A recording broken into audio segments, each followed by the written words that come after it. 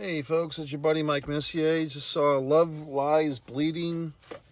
God, what a wonderful film.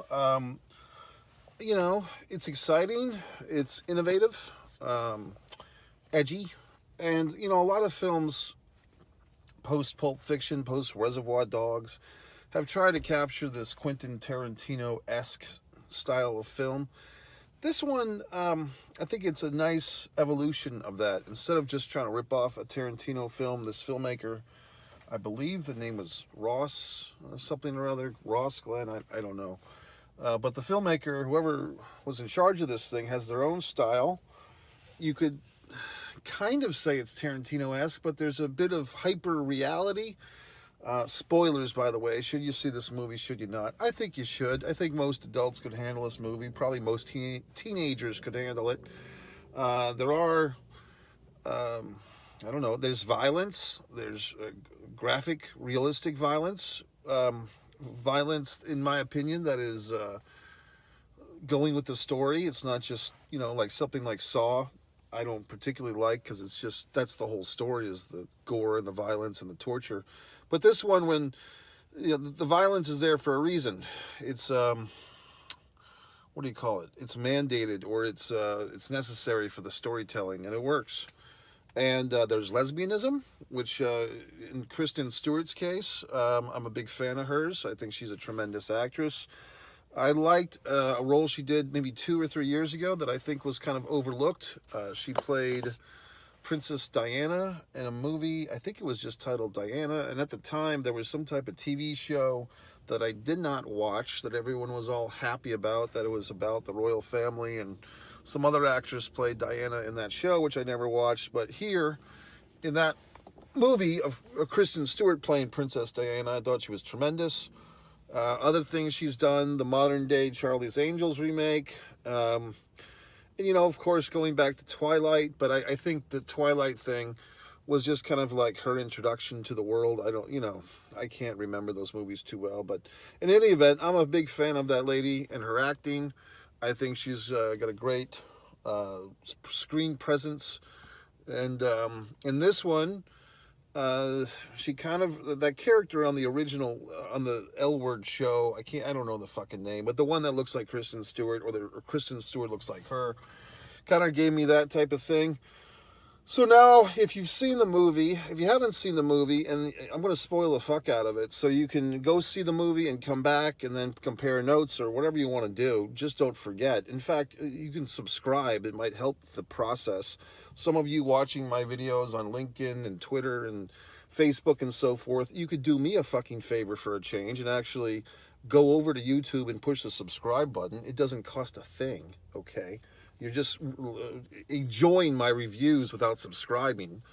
But in any event, I share these goddamn reviews on these other social medias in order to lure you into the fucking subscribe button, yet you ignore me.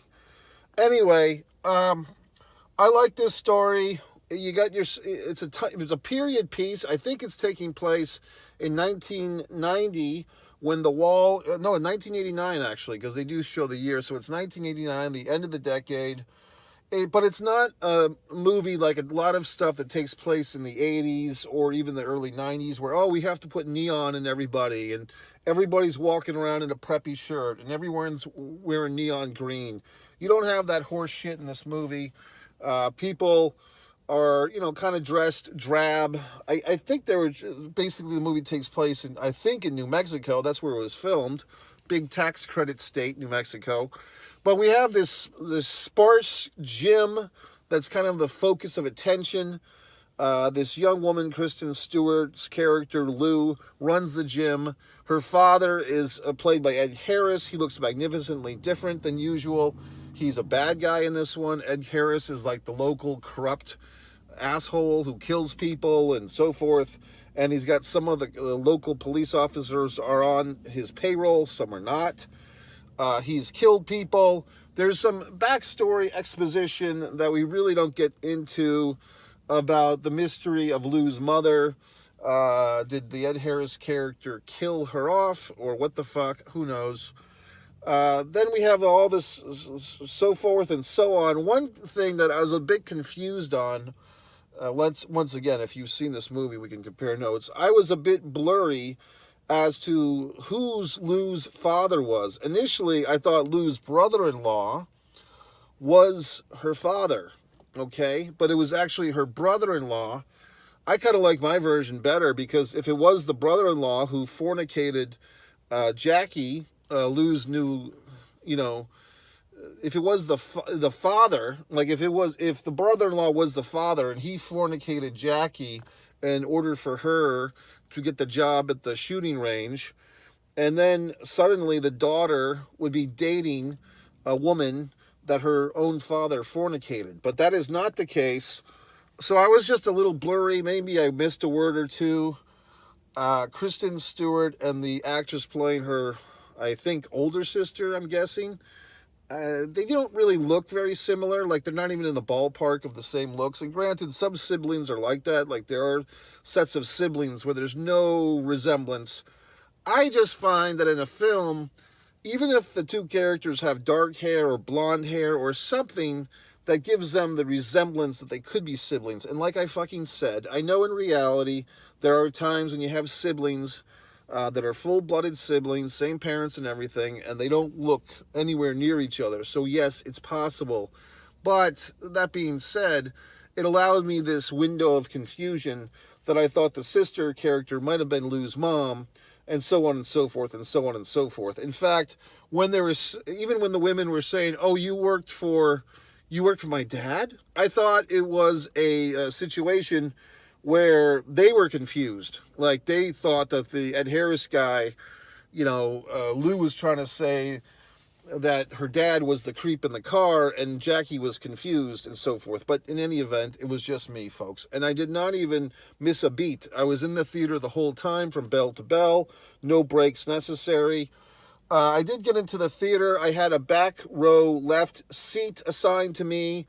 I was in the row by myself for about 5 minutes, and a gentleman came and sat down about 4 seats away from me. He had a big bucket of popcorn by himself, and he was just chomping away, and I could not tolerate hearing this gentleman chomp on his goddamn popcorn. So I went to not the front row, but the third row, which was the handicapped friend row, and I sat in a handicapped friend seat because I am a friend of the handicapped and everybody. However, there was no one with a wheelchair or anything that came into the theater that needed a seat. If they did, I would promptly leave it.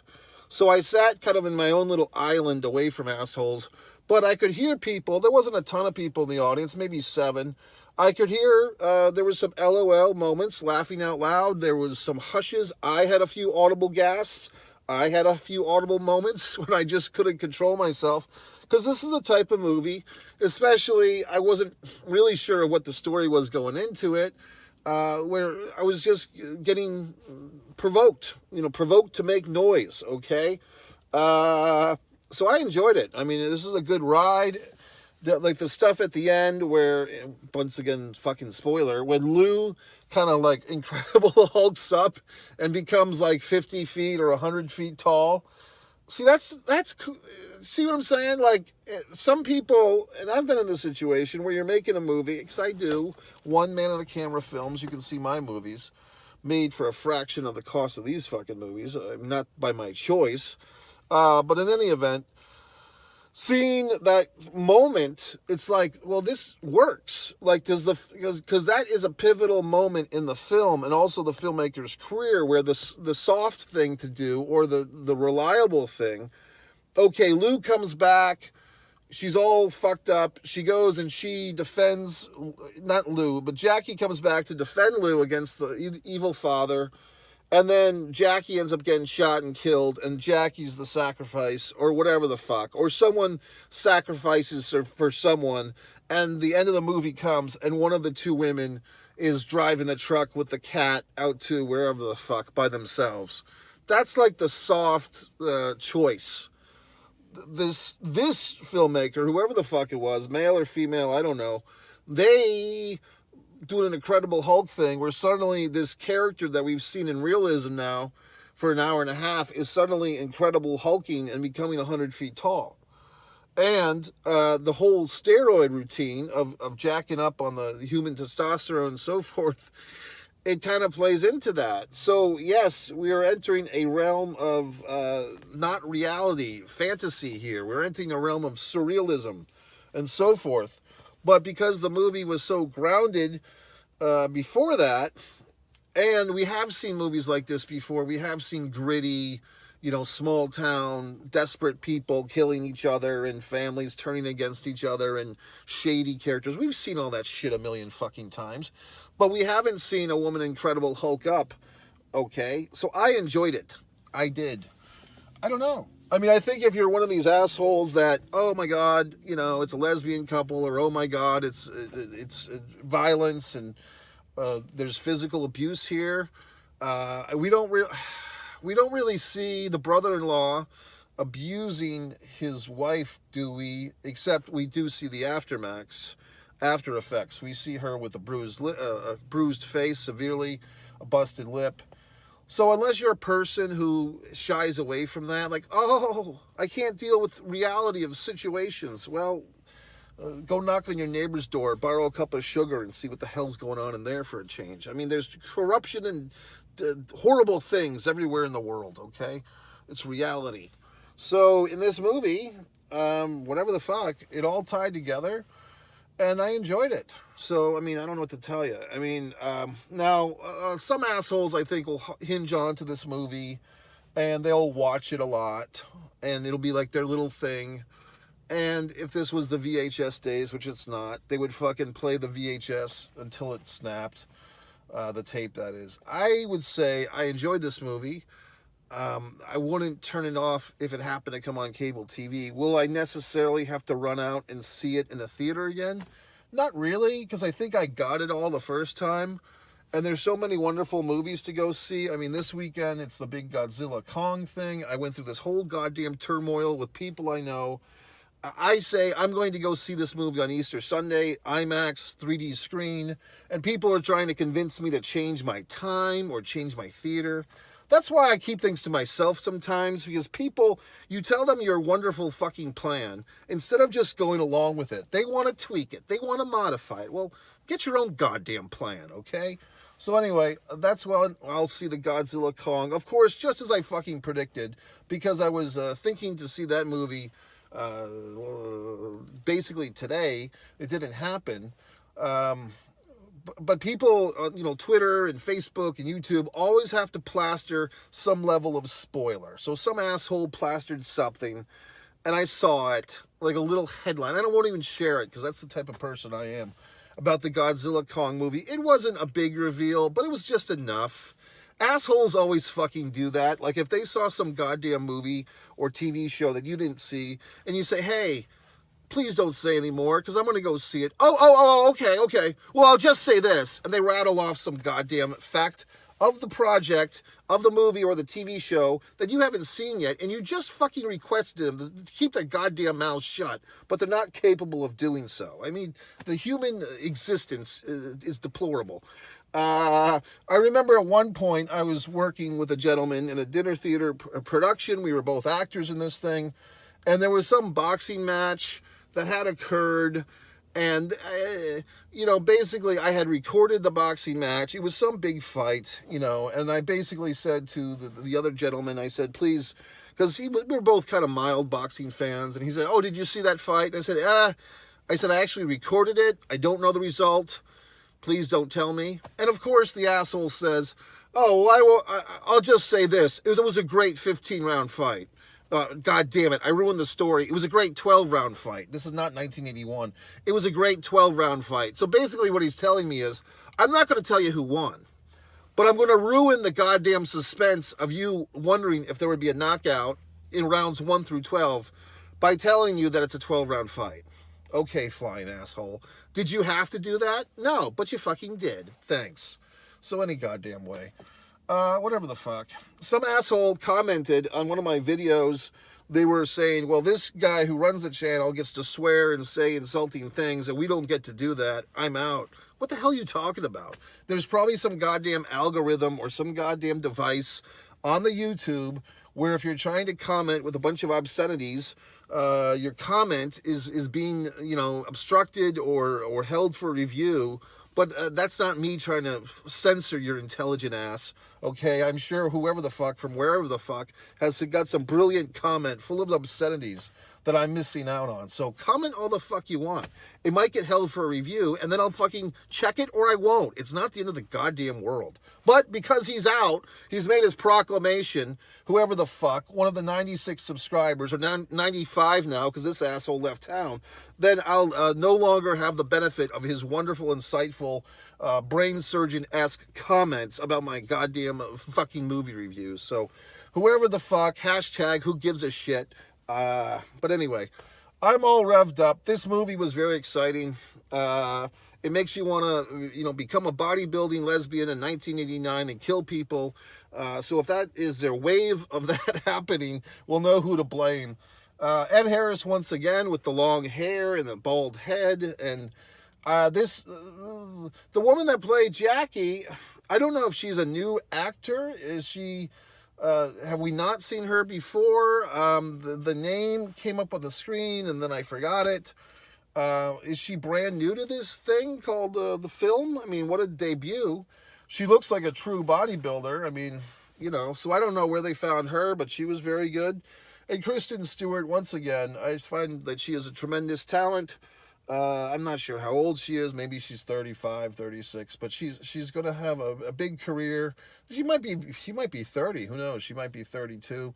But I find her to be a tremendous actress.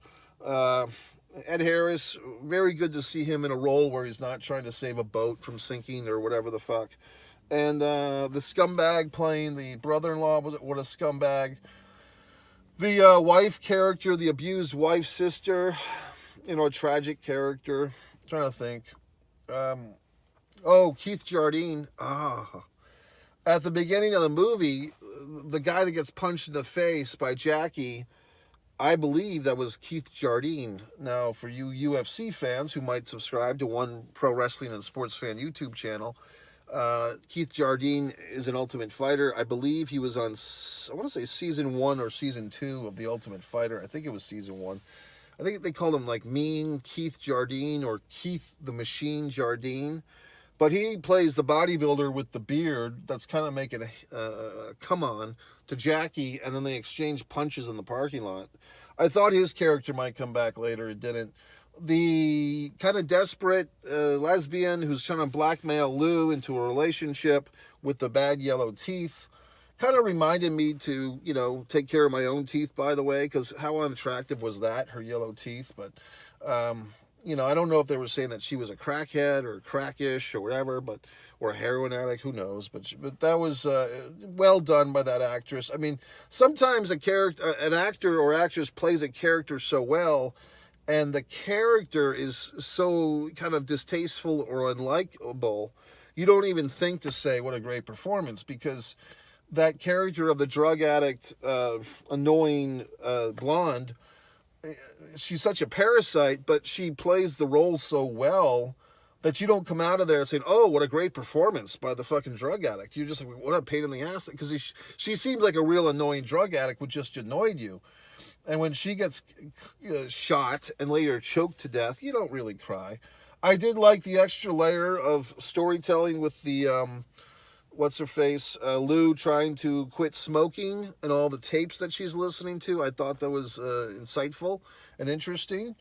And I thought it was kind of funny in the end credits. Like, she pulls out, if you stuck around, she pulls out a pack of cigarettes from the dead blonde's purse and so forth. And so really this relationship is like, one of them is, the killer, Jackie. Jackie is the one to kill people and so forth.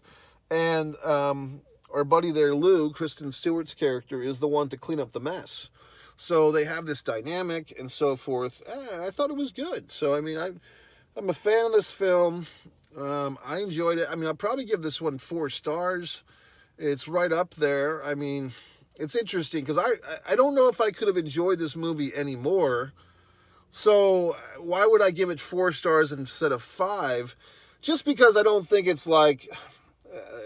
it's not a movie that you walk away saying, oh, I learned so much about myself or humanity, or now I'm going to save the planet, or whatever the fuck.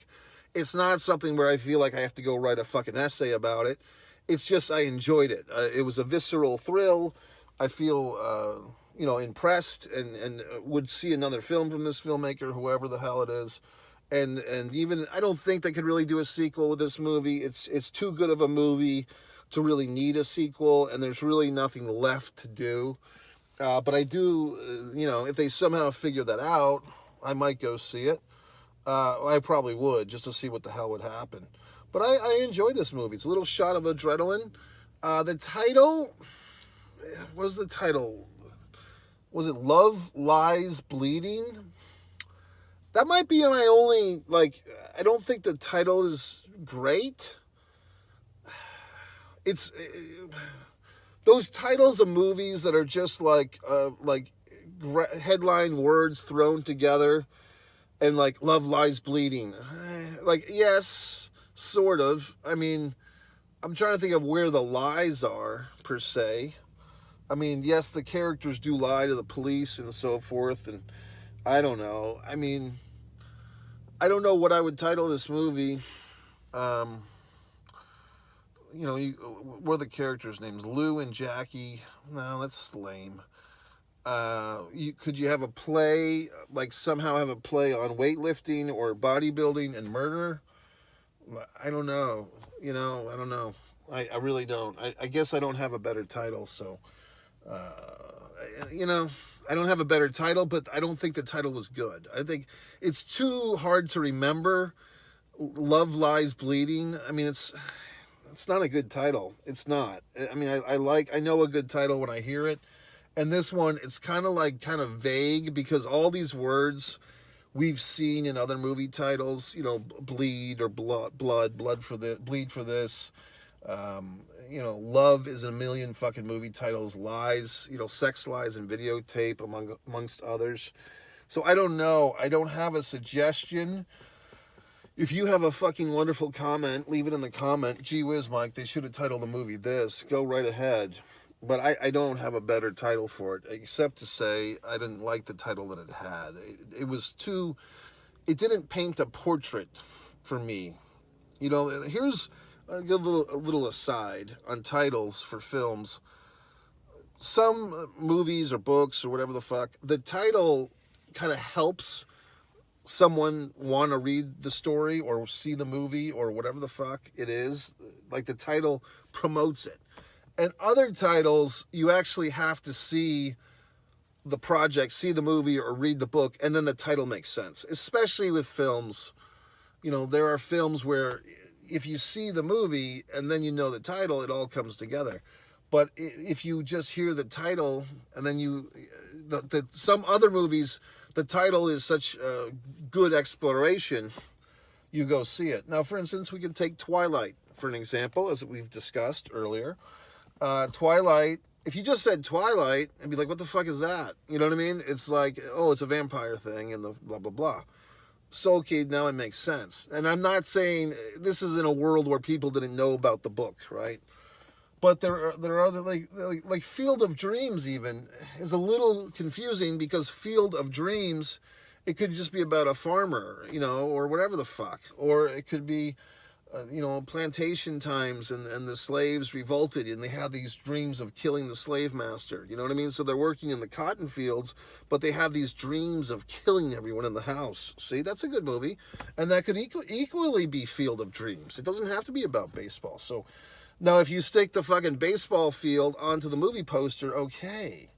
But other titles, The Wizard of Oz, okay. We've got a wizard and we've got something called Oz, which at the time nobody knew what the fuck that was. So that's getting somewhere. I've written a script called Wrestling with Sanity. I think that's pretty self-fucking-explanatory. It gets you in your ass in the fucking chair. What else? American Luchador, another one of my wonderful goddamn screenplays that is yet to be produced in this shit for Earth. But that's a wonderful title, okay.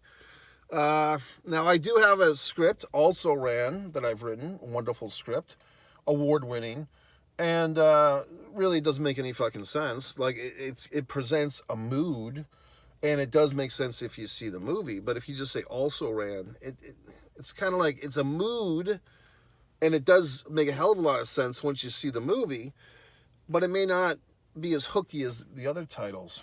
I'm trying to think. Give me a title for a film here. Silence of the Lambs. Is it The Silence of the Lambs or just Silence of the Lambs? That's some type of Mandela effect. I thought it was The Silence of the Lambs. Yeah, because you might think it's about a farm, like with the lambs are silent. You know what I mean? Like, unless you see the fucking movie and hear Hannibal Lecter and Clarice and all this horse shit, then how would you fucking know that his little lamb story is a bigger metaphor for whatever the fuck, for evil or whatever? So there you go. That's not a great title if you really think about it. It's a great title once you've seen the fucking movie. What else? What else you got for me, assholes? I don't know. Well, here you go. Was it? See, the movie, I don't even know. King Kong and Godzilla, or Kong and Godzilla and Kong, whatever the fuck. Yeah, okay, because those entities have been established, so yes, we get the picture. The Godzilla -1, I mean, I still don't really know what the fuck that means, but I mean, you still have Godzilla. If you have some character, Star Wars is an interesting one. I mean, if you had never heard, if you knew nothing of Star Wars and you saw Star Wars, I think it would paint a portrait still of sci-fi. Maybe that's about it. I mean, you get the war in there. That's pretty clear that there's conflict. You have star, which would denote outer space shit, or, you know, something like that. But maybe not. I mean, you could say, oh, is this about movie stars? You know, in the 1970s, they still had movie stars back then. So you might just see Star Wars. Oh, is this is this fucking John Travolta and you know, whoever the fuck, you know, Marlon Brando or Al Pacino having a conflict? What is this? So anyway, folks, I don't know. This is a whole other thing, and I think I'll just sign the fuck off. But anyway, MikeMessier.com. One Pro Wrestling and Sports Fan YouTube channel, One Artist Mike Messier. All you people tell me how great I am, but yet none of you fuckers subscribe, which is pissing me off. So One Artist Mike Messier for the art, One Man and a Camera Films for my wonderful films, and One Mike Messier, you're here now. Or you just click the fucking link and you subscribe. So that's it, folks. Wonderful time at the film. Good job.